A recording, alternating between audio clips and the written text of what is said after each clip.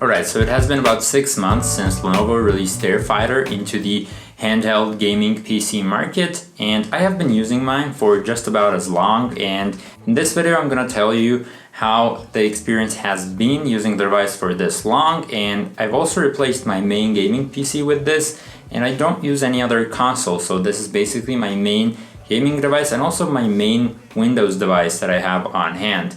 So yeah, without further ado, let's get into it. So the first thing I want to touch upon is actually replacing my main gaming Windows kind of computer thing with this, which is a tiny little thing compared to the whole ordeal of having an entire battle station, right? To be honest, I haven't looked back because the convenience, I think, that comes with a device like this that you can just take with you wherever you go far outweighs any of the advantages that a larger kind of format PC might have, although that entirely depends on what you use the computer for. So for me, for my job, I use the MacBook that I have behind me, and I wasn't using my main Windows PC for work, so that's why I kind of could make the switch. But if you use it for any other purpose, I think a far kind of less powerful device maybe wouldn't fit as well into your workflow.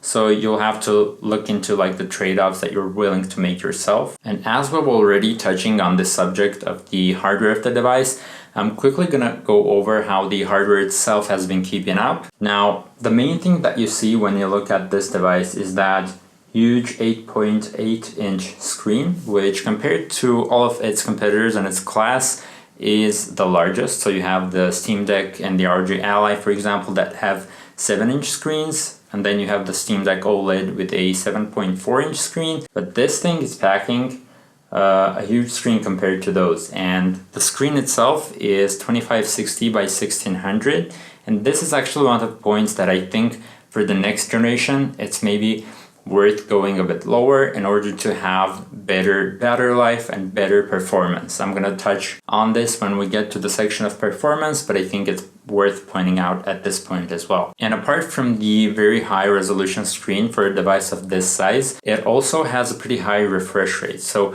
144 Hz refresh rate for this thing. I think it's a bit overkill. The implementation on the ROG Ally with a 120 Hz screen with VRR, I think that's a better trade-off, because with this thing, it doesn't have VRR. So you're kind of switching back and forth between like 36 FPS and then 48 FPS to kind of balance with the 144 Hz refresh rate screen to kind of make the game perform as expected within the screen refresh rate, and then make it be a multiple of 144 to make the stutters go away. So yeah, for the next generation, I think what I would love to see is maybe an 8.4-inch screen with a bit lower resolution, like 1200 for example, instead of like 1600. And then I think like 90 or 120 Hz screen with VRR would be far better for a device like this. And don't get me wrong, like the Z1 Extreme chip that we have in these devices, I think it's very powerful and very capable for something of its class. However, it's not that powerful to drive a 2560 by 1600 resolution at 144 Hz. Like there's no chance. You can do that with like emulation and like 2D titles. For me, I've been mostly playing like more AAA stuff like Assassin's Creed Mirage, Cyberpunk, and so on. And I think for that purpose, it's a bit overkill, and then you're having to balance, especially without the VRR, with not to get like any stutters. For the rest of the device, I think the hardware is pretty good. The snap on and off controllers have been holding up pretty well, although one of my controllers broke, and it's not Lenovo's fault, like some other object fell on the device and then the controller broke off, and I replaced it without like much issues. I didn't have warranty, so I basically ordered a new controller, the right one, from Lenovo's website, and there has been no issues with it. The kickstand I think is a very nice feature, and I'd love to see this on the next version of the Legion Go, because it allows you to kind of rest your hands a bit more, because the device is kind of heavier than I guess the ROG Ally, for example, and you have the option to take your controllers off and then connect them to a connector to use as like an external controller. and for that purpose the kickstand is very handy. For the rest of the device, I've opened up the device twice or like 3 times to clean up the fan, although there hasn't been that much dust in my fan, but I think some users were having issues with that. I have replaced the SSD that it comes with. I have the VisionTek SSD and I have a video on how to do that. And after the video, I've also gone ahead and added a copper heatsink because I noticed that people were having like heat dissipation issues with the VisionTek drive that I have in my device, and honestly I haven't had like any issues with the drive itself. I've done a lot of stressful, I guess, usage with the device and that SSD. I've installed like I'm dual booting with Bazzite, for example, Windows and Bazzite side by side, and I've basically allocated more space to Bazzite, and then I've done some more operations on the SSD itself. Haven't had any issues so far. The controllers themselves, I think, have been keeping up pretty well. Considering I've replaced the right one, but the left one has also been keeping up pretty well. The buttons are still clicky. There is some wiggle on the joystick, although that's, I guess, expected. The trackpad comes in actually very handy, especially when navigating Windows and Bazzite and so on. And then the FPS mode, for what it's worth, haven't used it once. So yeah. Alright, so now for the software. The device out of the box is running Windows 11, and I think Windows 11 comes with its own bundle of issues and problems that you gotta deal with. And then you gotta debloat Windows, for example, yourself, because there's a whole bunch of Microsoft crap that you don't actually need on a handheld, and realistically you probably don't need that on a regular PC as well. But for what it's worth, I think it's fine. Like Windows 11, there are some things you gotta do manually and jump through some hoops to make it like perform better and more usable, but it's perfectly doable. And I guess you could lean into more of the Lenovo side of the software with Legion Space and what Lenovo has packed into that bundle of software and use it to make the device feel more handheld-y. Although I gotta be honest, I'm not the biggest fan. The thing looks like it's been designed in like PowerPoint. But yeah, I think it's gotten a lot better as well since launch. Now you have like working actual custom TDP slider. You have actually working fan controls like fan curves. You have actually working FPS counters. So as you can see, like a lot of stuff was packed into the first version, but a lot of it wasn't operational, but now it is. Now when it comes to the actual support of this device from Lenovo's side, I think a lot of the people who have this device would agree that the support has been like subpar. It's not terrible. It's not like the thing isn't working and nobody's like solving the issues that it has.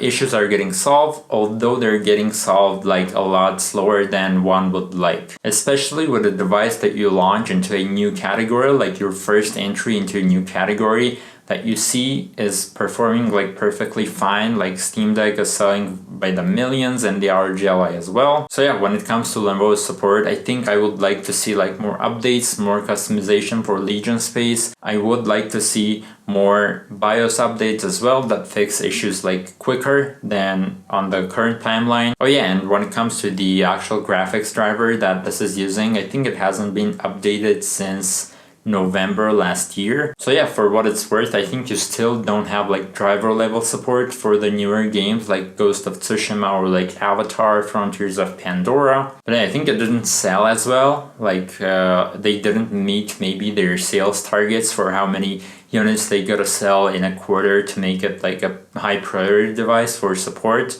I'm not sure, but I'd like to see like better support. Alright, so now when it comes to the actual performance of the device itself with games, I think it's worth noting that a lot of the games that you can buy on Steam, you can play on this device perfectly fine without any issues if you adjust your settings and you adjust your expectations. What I mean by adjusting your expectations is that you're not going to be running, for example, Cyberpunk on high settings at 144 Hz, but what you could be running is like Cyberpunk at Steamdeck settings at 800p and then at like 48 FPS, like 48 Hz, and then it syncs to the 144 by a multiple of 3, and it doesn't stutter, for example. And I'd say like a lot of the games that I have in my library run pretty well. especially with stuff like frame generation and lossless scaling. It gets a lot better, and I'll talk about this in a second. And what I want to stress is that you can actually run stuff like Assassin's Creed Mirage, Odyssey, Red Dead Redemption 2, Starfield, and Cyberpunk at playable FPS. And especially with stuff like frame generation, and now with AMD adding frame generation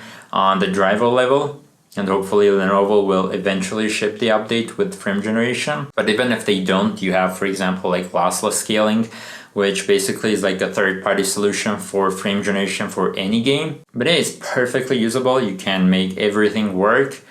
However, the main thing I think you want to change to make any game run basically at medium or high settings is the native resolution. The resolution of the display. It cannot be 2560 and by 1600, and you expect to run like Cyberpunk at medium or high settings. I think the device should have shipped with at least like a bit lower resolution. I'm not saying the device should ship like 800p, because even if you turn on integer scaling, for some people it looks bad. For me, for example, it looks fine, and I've been using it at that mode for a long time, like 800p resolution with integer scaling. But yeah, Windows actually gives you a ton of options. As you know, you have like basically no chains, like no limits. You can do like anything you want. You can install another OS and then dual boot with Windows if that's what you like. But the key point here is that you can use, for example, frame generation. You can use, for example, resolution scaling. You can use, for example, lossless scaling app to scale both the resolution and generate frames. And I think all that makes this a perfectly usable device in 2024. Especially, I think it's valuable for people that have a Steam backlog that they want to go back and play some older games. That's perfect for this device. Because there's one thing that we still didn't touch upon, and if you get this device, it's going to be in the back of your mind like all the time creeping in, especially when you're doing all of these optimizations, and that's battery life. Now, the battery life on this is, I think, in the general scheme of things, it's not great, but for handhelds, it's fine at the moment. And as I said in the beginning of the video, this is the actual device I've been using since it was released. So the battery in here has been basically working for about 6 months. And a few days ago, I actually ran the battery checker script, and I think it hasn't lost that much capacity. It's about still like 48, 49 watt hours, and that's great. I think the battery is pretty high quality maybe. However, even with the high quality battery, that doesn't degrade that easily. What you're gonna be getting on this device at like 15 to 20 watts playing like AAA games is basically an hour and a half to 2 hours. Maybe if you go a bit lower, like 14, 15 watts, you're gonna be getting closer to 2 hours, most probably like an hour and 45 minutes. If, however, what you're playing is something like Dead Cells or any other 2D game for that matter, you can lower your wattage all the way up to I think like 5 watts or 7 watts and get a bit more battery life. And this, a bit more battery life, it's gonna be around like 2.5 to 3 hours max, I think. But yeah, don't expect like Steamdeck OLED levels of battery life, especially with AAA games. You're not going to be getting like 2.5 hours of Cyberpunk on this thing. And I think there's one more thing that I want to talk about in this section of performance,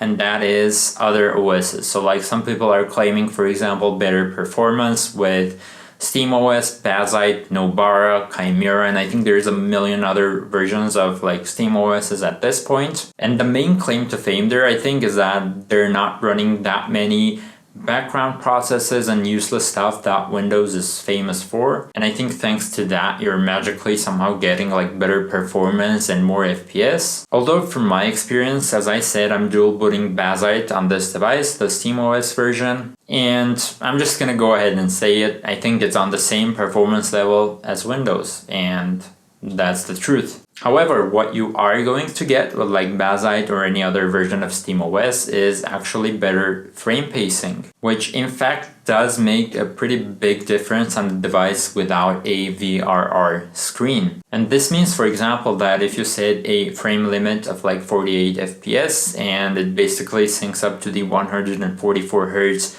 refresh rate, And with the better frame pacing, you're basically getting a lot less stutters in SteamOS, in Bazzite, compared to Windows. Although this again comes with an asterisk, because that is not the case with all of the games on SteamOS. For example, I'm having a lot of issues with Starfield, which in Windows performs perfectly well, especially with the frame generation turned on with FSR3, and on SteamOS with pretty much the same settings and with FSR3 and frame generation, it is unplayable, because I think SteamOS has still some kind of an issue with frame generation, or maybe it's a Bazzite issue, I'm not sure. But yeah, if you are thinking about getting this device and installing Bazzite, make sure to get a bigger SSD, because you're still gonna wanna dual both Windows and Bazzite. But yeah, now with all of this out of the way, I think the question we're gonna answer is, should you go out there in 2024 and get a Lenovo Legion Go?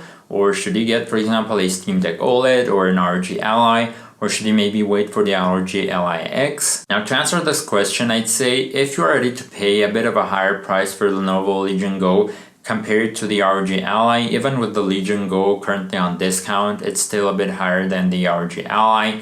And compared to the Steamdeck OLED, it's a bit higher price as well. However, if you want a bigger screen and you want like more options with the resolutions and the refresh rates, and keeping in mind that you don't have VRR, I'd say go for it, because at the moment it doesn't seem like the next generation of like Z1 chips is around the corner, so you're not going to be getting a lot better performance with the next Legion Go or the ROG Ally X. It's probably going to be pretty similar to what you have with the current models, with the current Z1 Extreme processors. And I think it's fair to say that if you want a handheld PC at the moment, and if you want that convenience of like being to be able to play AAA games, for example, while laying on the bed, then yeah, it's perfectly fine. Just go out there and get a Legion Go. But if you are ready to do a bit of tinkering with Windows to make it work for you and not against you, and wait a bit longer for updates compared to the ROG Ally and the Steam Deck. But yeah, with that, thanks for watching. If you'd like more content like this, be sure to subscribe to the channel and like the video to kind of fuel my ego. So yeah, thanks for watching, and I'll see you next one.